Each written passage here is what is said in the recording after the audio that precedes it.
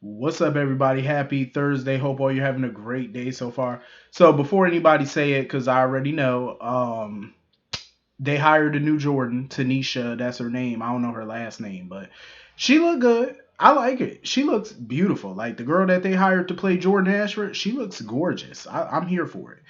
Um, I can't wait to see the chemistry she has with the rest of the Ashford family and the cast and stuff like that. So that's yet to be determined. But she looked good. She might be a good fit for the show, and I can't wait to see what she gonna do. Um, I feel bad for Mac though, because that means Mac gonna have to be pushed out of the acting commissioner role. But I'm pretty sure Felicia and them would be happy about it. uh, Especially after this latest shooting that took place. So anyway, getting into this episode of GH, listen, that Carly and Ava scene, I was here for it. I was here for that scene. I'm not even gonna lie to y'all. I loved it. I feel like both of them have valid points. In my opinion, Ava doesn't have to negotiate or make no type of deals with Carly where Avery is concerned. She doesn't owe her anything. You know what I mean? Ava does not owe Carly a damn thing. And I love how Ava threw it up in her face that when the shoe was on the other foot, Carly did everything in her power to keep Ava away from Avery. She did. But I think the reason she did that was because one, she don't like Ava. Two, is because of Morgan. You know what I'm saying? The whole situation with Morgan is what I think that's why she did all that.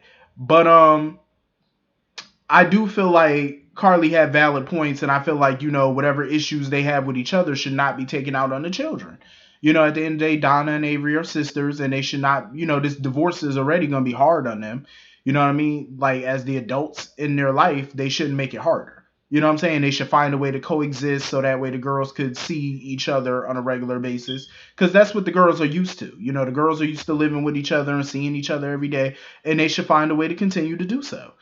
But what Carly said was so true. Carly was in her bag today. Like, listen, everything she said was so true. That shit she said about Nina was so freaking true. Cause I'm like, listen, Nina is crazy as all get out. She is on her way to straitjacket land. Like the chick is unhinged. And my whole thing is, does Ava really trust this girl like that? Like she claimed her and Nina are good friends now, but do you really trust her? Like this is the same woman that induced her labor and snatched a child out her coochie. Do you really want to trust her and put your faith in that friendship? I'm just saying. I'm just being real. Like think about it, because Ava was all giddy and happy talking about some. Oh, Nina has influence over Sonny now, so that works in Ava's favor. I'm like, listen, I wouldn't trust Nina nutty ass. Look how she was acting when she was Charlotte's stepmother. She was acting like she was that girl's mother. Like she kept trying to cut Lulu down to size. So who's to say that she won't try that with Avery when her and Sonny start becoming a thing? You know what I mean? Like I would not trust it because I have a feeling once Sonny and Nina get together, Ava and Nina's friend dynamic may shift a little bit. I have that feeling. Maybe it won't, but I have the feeling that it just might because we all know Sonny don't like Ava. So who knows? Nina might start getting too attached to Avery, and before you know it, the claws are out. So I do agree with Carly on that one. Like, do you really want to hitch your wagon to that horse? I'm just saying. Because Carly made valid points. She was like, listen, out of every bitch Sonny done messed with, look at where they at today. Where are those women at today? I do agree with that. Carly has always been the last one standing whenever Sonny done messed around with this one, that one. He always ran back to Carly. So Carly is the constant in his life, and I don't see that ever changing. No matter how many times they beef with each other, and Carly and Sonny done had some knockout, drag out fights, arguments, court battles, divorces, custody, the whole shebang, and they're still around each other to this day. Whether they're together or not, they still maintain some type of relationship with each other, as opposed to the other women in Sonny's life. So that had to sting Ava ass a little bit because she had to realize like, damn, she right about that. I'm like, because she is. Carly wasn't telling no lies.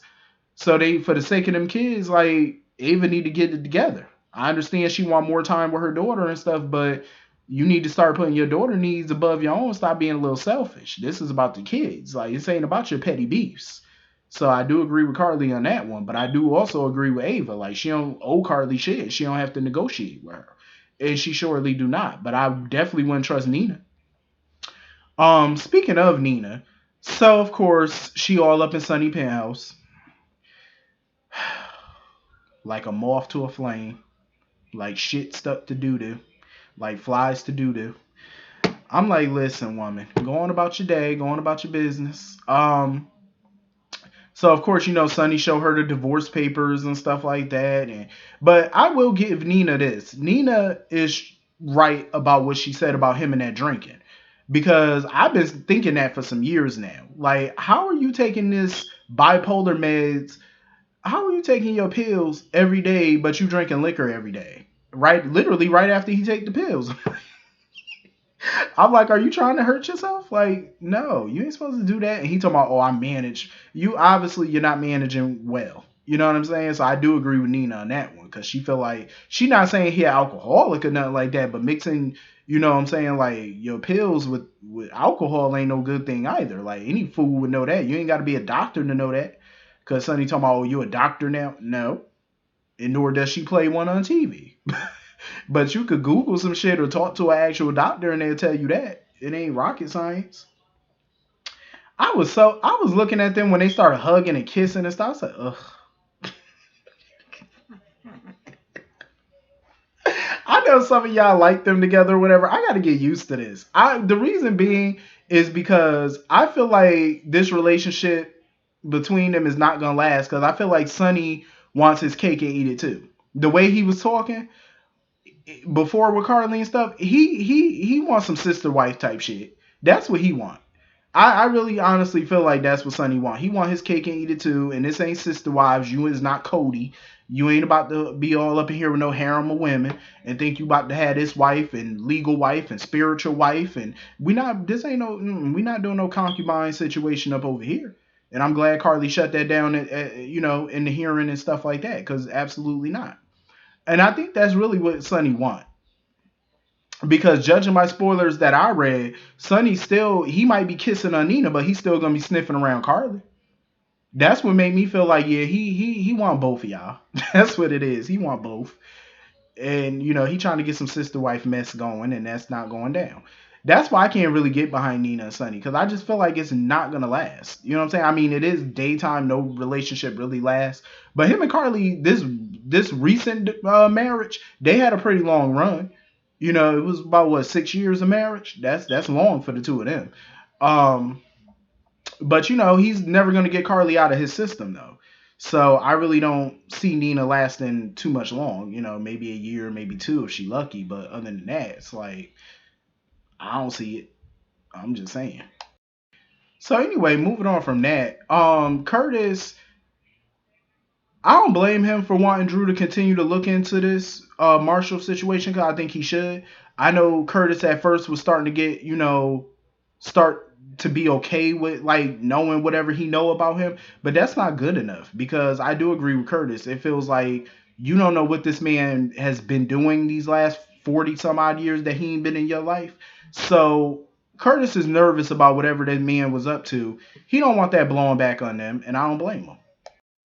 Cause honestly, I like the approach that him and Drew are taking. This teamwork, like whatever employment papers that they're gonna need Marshall to sign, it got to be something there when he signs those papers that can help them figure out what he's been up to all these years. Because I agree with Curtis, you don't want to, something from his past coming back on y'all later.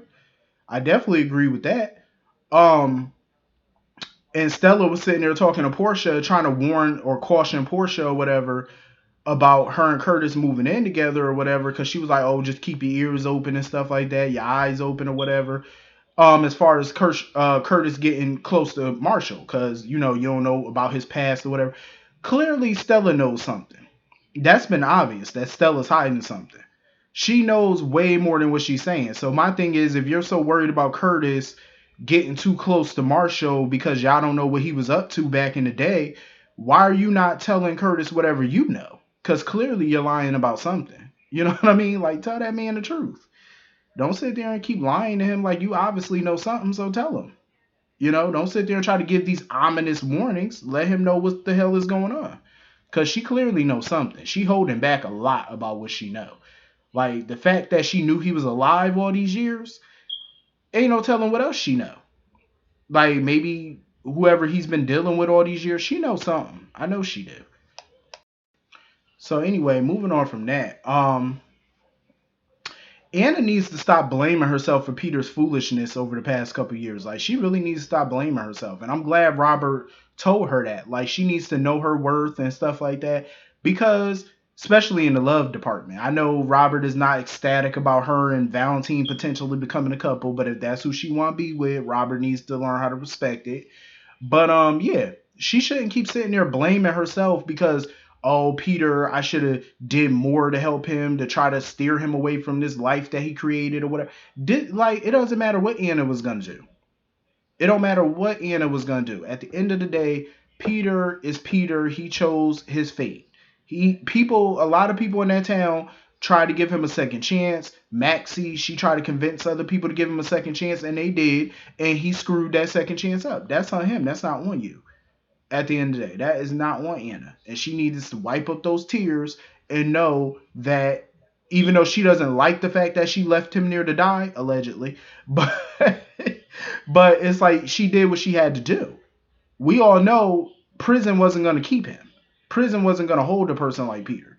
At some point, he was going to be back. He was going to find a way to get out of it. So death is the only thing that was going to stop him. So she need to brush her guilt to the side and let that shit go because you did what you had to do for the sake of everybody. Um, I love the scenes between Mac and Felicia.